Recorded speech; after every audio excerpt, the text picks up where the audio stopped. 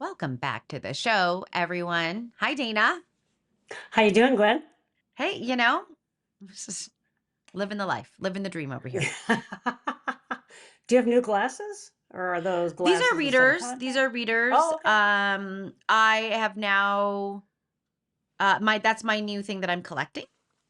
Is where you, oh, Readers. because you lose them and then you find them like in Yep, various yep, yep. places. Yeah, So these are the ones that I have at my desk. They are very light and comfortable, so that's been really nice nice. because I have to keep them on. But Yeah. someone a parent did say she did compliment me on my readers, and she calls them my Dahmer glasses. And she said, but that is really with the nicest. So I I didn't don't make the connection prior, but now yeah, it's like that 70s. yeah. I like in my readers though, I mean, like I get this is a bigger lens because if I'm looking straight forward, looking down at a page, I want to be able to see the whole page and not like just a little bit of it Oh like these yeah. little skinny readers do. Yeah, yeah, Yeah. for sure. I also Yeah. can't wear glasses that don't have nose pieces. They don't like Yeah, I because it would your slide I've for you, right? Yeah.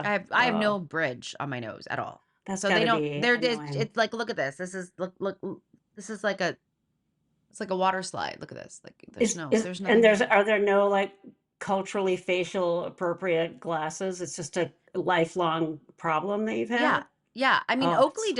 Oakley does make like an Asian style sunglass that is Uh-huh. like a It's smaller meant to bridge stay like kind of on a area. nose that has a really teeny bridge. Okay. Yeah. Yeah, but I just default to You don't so think it of these makes things. Yeah. yeah, Yeah. yeah, you know. It's a good example So of look how distracted we are.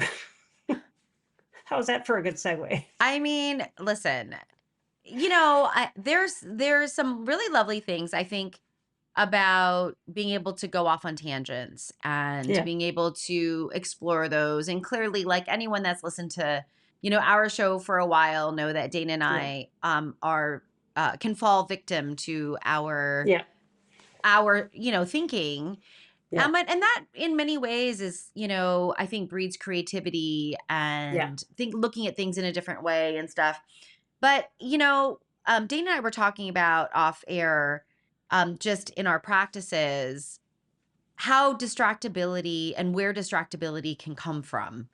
Yeah. And in my simple mind, think about distractibility as like external and internal distractibility, with Mhm. internal distractibility really including a lot of different things. Like you can have Yeah. your pure I'm in my head and I'm just like thinking about, oh my gosh, what am I going to get for dinner? And what Yeah. da, da, da, da, da, da, da, and Daydreaming. then all of Yeah. a sudden Yeah. I'm on, and that's like your classic more inattentive kind of Yeah. ADHD. But what I tend to see in people that have trauma in their past or their histories is that distractibility can also be coming from their past or Yeah. traumatic responses.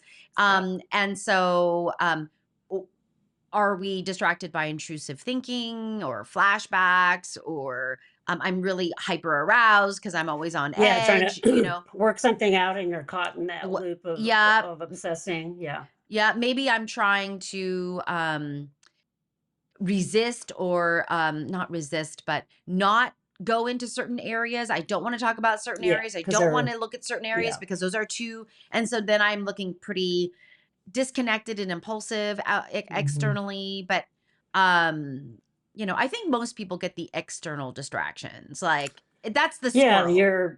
Yeah. There's a squirrel or, there's a noise in your house that you're trying to study and you can't let go of if your brain's yoked into that and that kind of thing. Yeah. Yeah.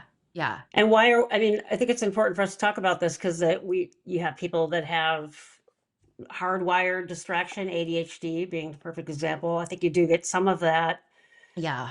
in autism as well. I mean, they overlap, but autism as well if you don't have ADHD, just because there's those, what are you paying attention to? And sort of there's that constant processing internally.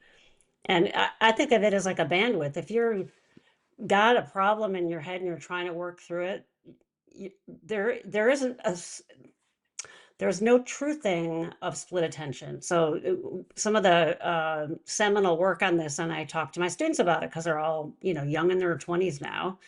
And they're like, I can drive and text at the same time. And I'm like, well, okay, I hope that's working out well for you. It's Some working out studies so show, yeah, far.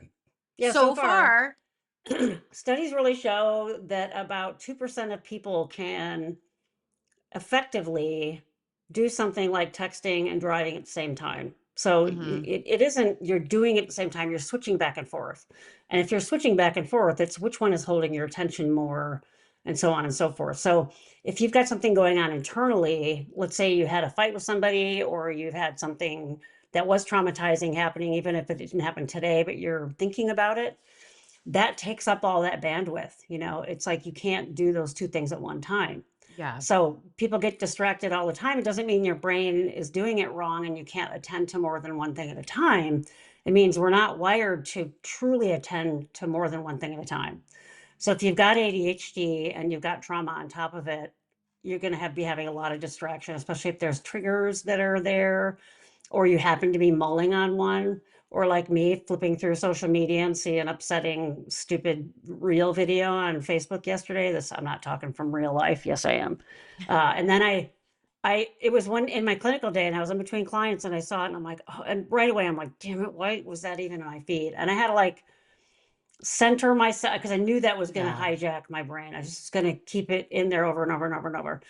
And so I'm like, all right, how do I need to get that out of there so I can focus? Because I know those things happen. And, it's like running for the remote when the stupid ASPCA ads come out. It's like, I don't want to see the poor starving dog. And it wasn't enough for me to just like imagine it in my mind and imagine that the dog was okay. I had to go online and do a quick little thing of research. It had to do with lab animals. And you'll be happy to know that in the United States, almost all, and there is a plan for late 2026 for all medical research on dogs to end. So I was like, okay. And like for me, that's what I needed. And I could tell as soon as that like unhooked. It was still upsetting, stupid video I saw. And I know those things happen, but it was upsetting. And I was like, I'm Yeah. sitting here with clients. I can't be my brain, that's a big enough trauma trigger for me that I'm going to be like not hearing what people are saying. Yeah. So I had like 7 minutes till the session started, and I was madly typing on Google just to do research on it, and that helped me. God, I don't know what I would have done if Google would have said it's a terrible problem. Maybe I donate somewhere or whatever.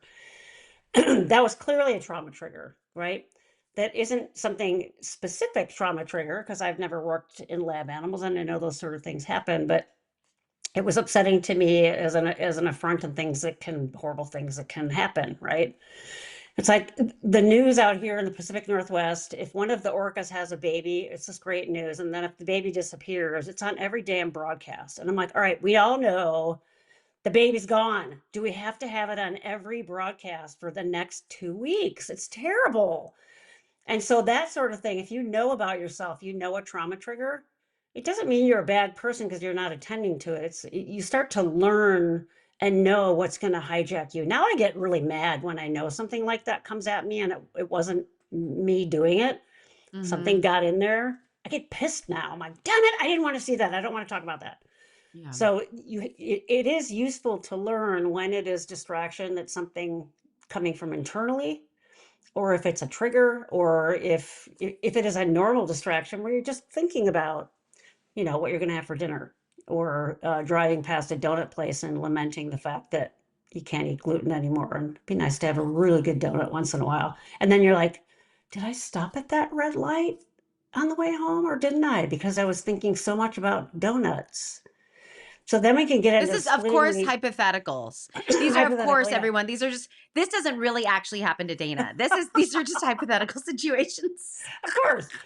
And then if we get into like, if you really want to get like into the neurobiological parts of it, attention is comprised of a bunch of different things. So when people say Yeah. I can't pay attention, as a someone that knows about neuropsychology, my brain goes to, ooh, what's going on there? Are you attending to it now? Is it internal? Is it in your short or long term or working memory? Is it spatially related versus word related? Because they process differently. So sometimes you can do some of those same things at one time. And think about when you've done something that you've automatically, like you learn to make soup.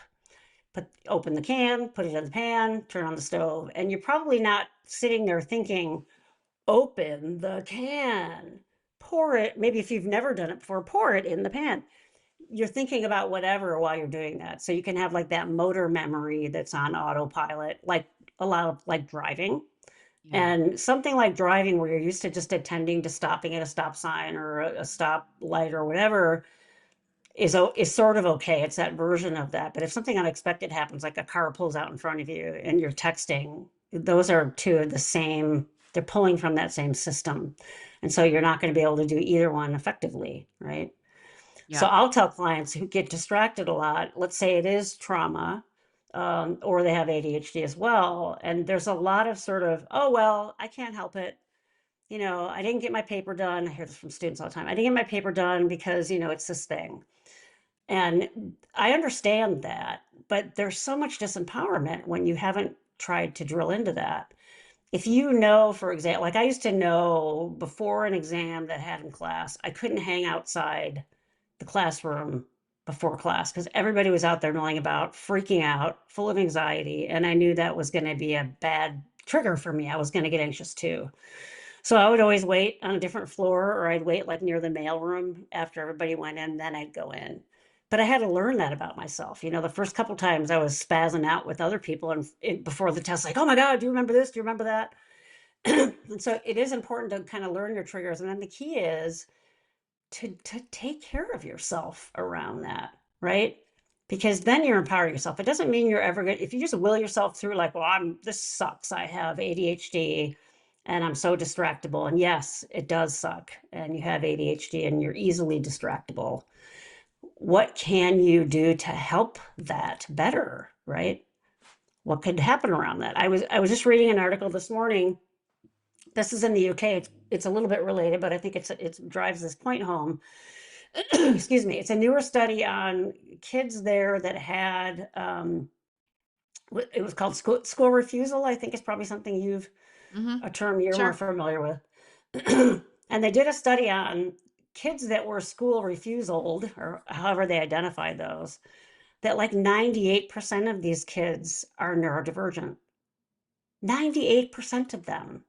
So all I kept thinking was, and then the reasons for that were sensory, they were overstimulation, they were, for younger kids not being able to, haven't kind of figured out how to manage inner world, whether it's physical or mental, and then school at the same time.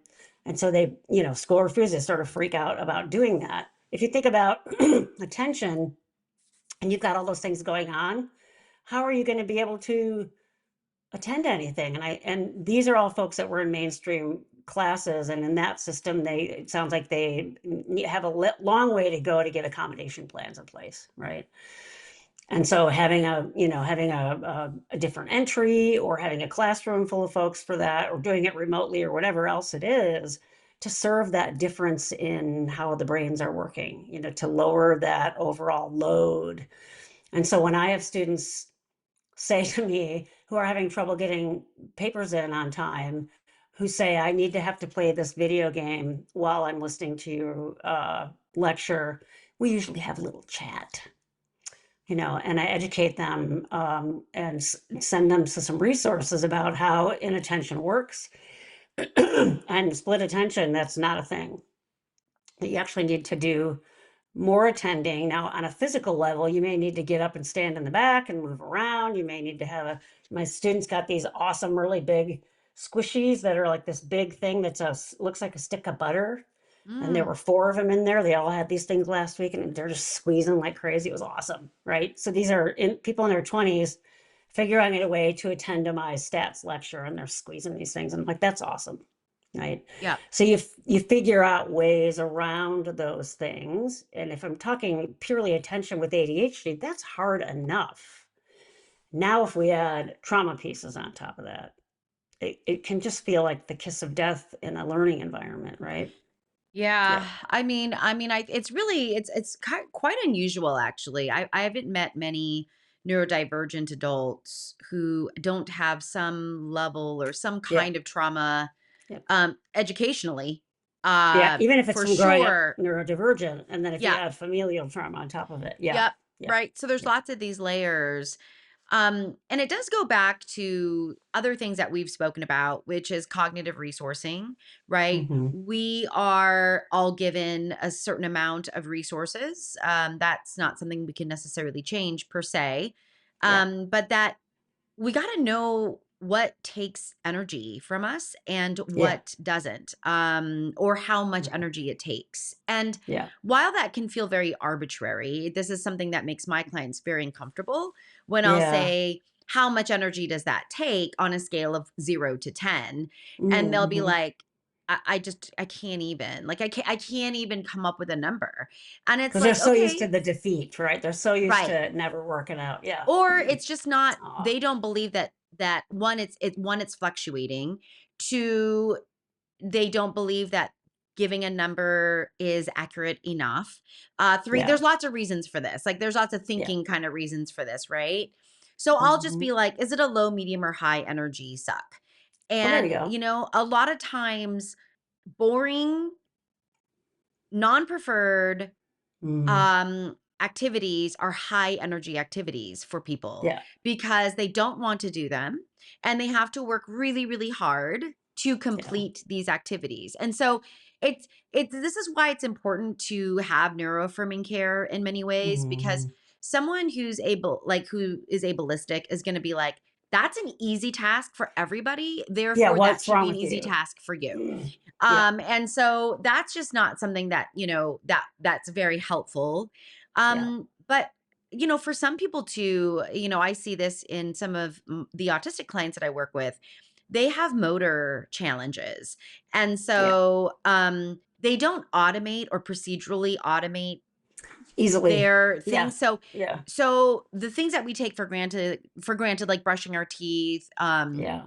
carrying something, they actually have to manually kind of Yeah. work themselves through those They moments are doing and the soup thing every time. Yeah, I every haven't gotten in time there yet. because their Yeah. brain does not automate those Yeah. things. And so, Yeah. they're exhausted by 11 a.m., Hmm. right? Like, and we Yeah. wonder why like this is happening for people. And Yeah. so, Yeah. I think the purpose of Dana and I splitting hairs, because we tend to split hairs a lot Hmm. on the show, it's to empower people to understand themselves so that they can care for themselves properly. Yeah. If Yeah. like, I've had to put myself on a media restriction.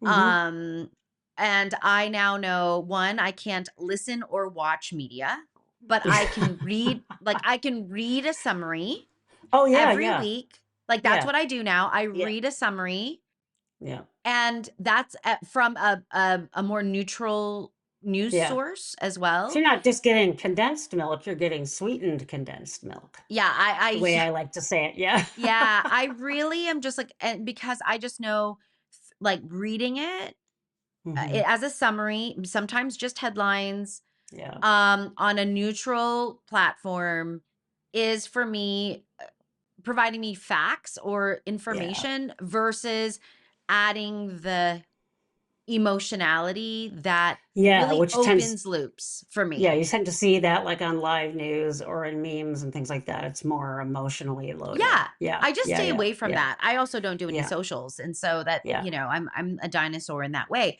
But I just know that those things are bad for me. Yeah. Yeah. I it can affect me emotionally. And then I feel very, very disempowered and helpless and And hopeless. drained. Yeah. Yeah. You talk about So that energy thing. Yeah, I'm envisioning, I saw this somewhere before. It's probably speaking to what you're talking about, with probably fifth or sixth grade or somewhere around there. And they created like this pie chart thing, and then had different pieces of the pie. And they were all, I'm going to talk office supplies here, so get ready. Everybody loves office supplies. I Those love things that you office put through a supplies. hole and then you open up the little thingies Yeah. so you can The spin Brads. stuff. Mm-hmm. Yeah, Brad's okay. Mm-hmm. So what they could do was at any given point in time, they could move those pie pieces to make it show how big something is operating in their life right now. And you could do this with attention, right? Maybe not with the Brad's, but something sticking Yeah. on there. So me thinking about the video I saw yesterday, maybe it's taking up this huge piece of pie at the moment, and then I see what the other things are. That's how you learn about how your brain hooks onto things or can't let it go or etc. Right? It was still a little bit there this morning, and I'm like, oh, there it is. Damn it! So I have to now attend to it, and I know if I don't attend to that, it's going to come up and bite me. If I take a moment and sort of internally frame what soothes me around those things, then I can make that pie piece a little bit smaller. And that's what we're talking about, right? Especially if it has Yeah. to do with trauma. It's not that you're not going to deal with it or news. I know me as an individual isn't going to change everything that's going on in the country right now. Hmm. So for me, I have to know what helps. Some of it is just even having that mental exercise. I know people are working on it. Me in my little room in the middle of Seattle isn't going to have an effect just me. I'm going to trust that it's being worked on out there. Maybe I contribute to various groups that, are meaning making for me or whatever. But if you just let it sort of operate and never pin it down or name it or talk about it, especially if it's a trauma thing, you never can deal with it, right? How do you Well, know to walk over the pile of poop when you don't know where the poop is? yeah. Pinning it down is like the poop's right there. It's totally terrible. It's not just this big pile of poop. I can smell it. It's terrible. There's not a lot of room to walk around it. And then we might say, okay, so today, jump over it. So you know it's there, you acknowledge it. And that's a trauma tactic, right? That's trauma informed care. It's like the boogeyman in the basement.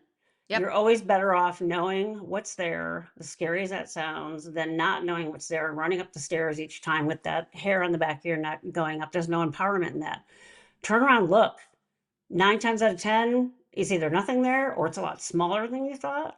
And the 1% where it is the big boogeyman, well, now at least you know what you're up against. And we can arm you with tactics to deal with that, right? Put Yeah. a knife in your hand or show you how to kick someone in the balls or whatever that is, right? Yeah. That's Yeah. empowerment. Yeah. Yeah, agreed. I mean, I think this is kind of the also with the idea of mindfulness, Yeah. right? What doesn't work for emotions is for you to there's that Ignore it. saying, what you resist persists. And the Oh, idea yeah. Yeah. here, Yeah. right, is you do want to take a look at it, but acknowledge it. Yeah. Acknowledge it and then deal with it. Let it Yeah. pass, but just be like, yeah, I'm freaked out. Like I'm Yeah. scared. This is scary to me in the moment, and you Yeah. will find that after you've named that emotion, um, you feel much better and you can Yeah. move on with it. But the more we run and avoid, does worsen anxiety in Yeah. many Yeah. ways and our symptoms. And so for some people, that means that that's exposure work and therapy.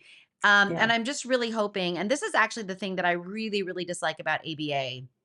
Mm. And is that in ABA there is, and maybe I'm wrong about this now, so forgive me, but it's been a long time. But back in the day, we used to expose kids and things to things that they didn't want to do and things and we would just like make them do it, right? Oh, God. Versus like Yeah. in traditional, like in exposure types of work, we arm people with coping strategies Yeah. first. And then We you do we incremental change. Yeah. Yes, and Yeah. you do this gradually and you check in with how distressing Mm-hmm. it is. We've called this SUDS, there's a SUDS scale, a Mm-hmm. subjective units of distress scale. But I will say it's intentional and Mm-hmm. there's a framework to make it as easy as possible on the Mm-hmm. person. Versus just grin and bear it and put your head down. I mean, that's what Yeah. most And you people get have them through done. that side of that piece of work and then put them back together before they go back out there. Yeah. Yeah. Yeah. That takes the skill of a Yeah. psychologist or a therapist. Yeah. That's not something that should be given to someone with a certification that doesn't Right. understand Yeah. emotional health, mental health, and how complicated it is. Because, Right. it's complicated. I'm not here to say it's easy because it's not, Mm-hmm. it's really Mm-hmm. not easy. I mean, Yeah. no session looks the same for my Yeah. clients. Yeah. In many, many ways. But I think like distractibility is this kind of bigger thing that I'm seeing Mm-hmm. that is not, we're just not getting into the weeds enough. with It it. parlays into avoidance, and then that's not good. And Yeah. think about what it's like when you have something going on and you tell someone and you get validated, even just being seen, how much better that feels. If you're not doing that to yourself, you're not seeing yourself. You're doing an Mhm. internal version of that over and over and over, which Yeah. isn't good. And yeah, then it becomes avoidance. And avoidance, you don't change things. And avoidance is a coping tool. Avoidance works at certain times. You need to do that at times, but if it does that long term, it really, when I was doing psychodrama and we had someone who was avoiding something, and we would use a lot of props and things like that, and we would have the person, we just start putting stuff on them, or having them on all fours, and we just start loading pillows on top of them until it's like, okay, it was better when they were standing up and you could like put stuff around straps, so they're walking around the room with this enormous amount of stuff, and that's stuff they weren't dealing with, right? Mhm. To give the visual of what it's like if you aren't dealing with those things and you're carrying them around, you will pay a huge psychic burden. You'll get sick.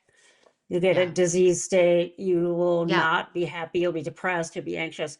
And so, slowly taking those pieces off that aren't yours or working through some things, you do free yourself up. And once you get that feeling, I tell clients this all the time, therapy has no guarantees, right? But I'll give you one guarantee. And that is, if you do wade through the poop, and don't stop mid wade. You actually go through the poop for that layer. You're going to feel relief at the end. And it does. You work through a layer and you're like, well, that sucked. But then after that, you're like, oh, wow, I feel a little bit physically, even feel a little bit Yeah. lighter. And you Yeah. just keep doing that and doing it and doing it to work through those versions of trauma. And then hopefully, if you're ADHD, the ADHD doesn't go away, but you notice the combination factor starts to lift and things get a little bit better, right? Yeah. And then you can attend to ADHD things with what we do to help folks deal with ADHD attention stuff. Yep. Yeah. Yeah. I mean, that's a good point too, Dana. Like sometimes people will be like, well, I've done a lot of executive functioning coaching and it's not working. Hmm. Um, a lot of times that means that there's probably something more Trauma. emotionally, like kind of Yeah. trauma Yeah. based underlying that. So that could Exactly. be one of those differentials that, Yeah. Yeah. we would make as a psychologist. Hmm. But be kind to yourself, you guys. It's like being kind doesn't mean avoidance. Like that, Yeah. like so sometimes, I think therapy, in therapy we really try to create a space of non-judgment and safety. Hmm. And so it can get the bad rap of, well, you're just in there colluding with your client. Oh Well, no, yeah, that's what journaling is. So I used to journal yes. religiously, and it was Yeah. writing all those things down and trying to process them, and then taking that to therapy. And yeah, Yeah. yeah, yeah. I journaling is so I recommend journaling a lot to people. Hmm. And part of that is it's an exposure. Yeah, yeah, And it's and a it helps you work through lovely, things. it Actually, does body, like dumping from a body helps. perspective, like it just Yep. it your body, you're through. And when I journal pen to paper. So Yeah, I do too. Yeah. Yeah. I'm physically getting it Hmm. out. And I think Hmm. that that's really great as well. But Hmm. so distractibility comes from a lot of different places. And so Yeah. understanding where it's coming from, and you can have distractibility coming from multiple places, Hmm. Hmm. will help empower you Yeah. with choices. And Yep. so that's the name of the game here. Yeah. It's not being defeatist. It is accepting how you work and what's happened to Hmm. you Hmm. and moving through with That's right. choices. Yep. So Exactly. Yeah. I'm hoping that's helpful for people. That came Yeah. up that came up pretty saliently in my practice Yeah. this past Absolutely. week already. So I was telling Dana, I was like, Dana, we gotta talk about distractibility. But And anyway, I all went, right, everyone. Yeah. what? What? She said, I'm sorry, what did you say? Sorry, I what? was what? It's ridiculous. All right. All right, All everyone. right. Be good to you, be good to others, and we will catch you in the next episode. Bye. Bye, everybody.